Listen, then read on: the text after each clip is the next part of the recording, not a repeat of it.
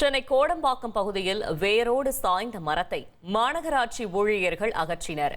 கூடுதல் விவரங்களை செய்தியாளர் ராமச்சந்திரன் வழங்கிட கேட்கலாம். ராமச்சந்திரன், வணக்கம். கள தகவல்களை சொல்லுங்க. வணக்கம். சென்னையில் பெய்த கனமழையின் காரணமாக சென்னை கோடம்பாக்கத்தில் மரம் ஒன்று வேரோடு சாய்ந்து விபத்து ஏற்பட்டுள்ளது. குறிப்பாக கோடம்பாக்கம் ட்ரஸ்ட்புரம் 5வது தெருவில் தான் இந்த விபத்தானது ஏற்பட்டுள்ளது. இன்று அதிகாலை அடித்த கனமழையின் காரணமாக மரம் வேரோடு முறிந்து அருகில் இருக்கக்கூடிய நடைபாதை வியாபாரிகள் இருக்கக்கூடிய நடைபாதை கடையில் இருக்கக்கூடிய அயன் கடை மீது விழுந்து முழுவதுமாக சேதமடைந்துள்ளது.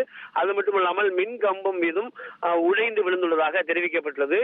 தற்பொழுது சென்னை மாநகராட்சி தரப்பில் மரம் அறுக்கக்கூடிய நவீன கருவிகளும் கொண்டு வரப்பட்டு 5க்கும் மேற்பட்ட ஊழியர்கள் அந்த மரத்தை வெற்றி அகற்றி வருகின்றனர்.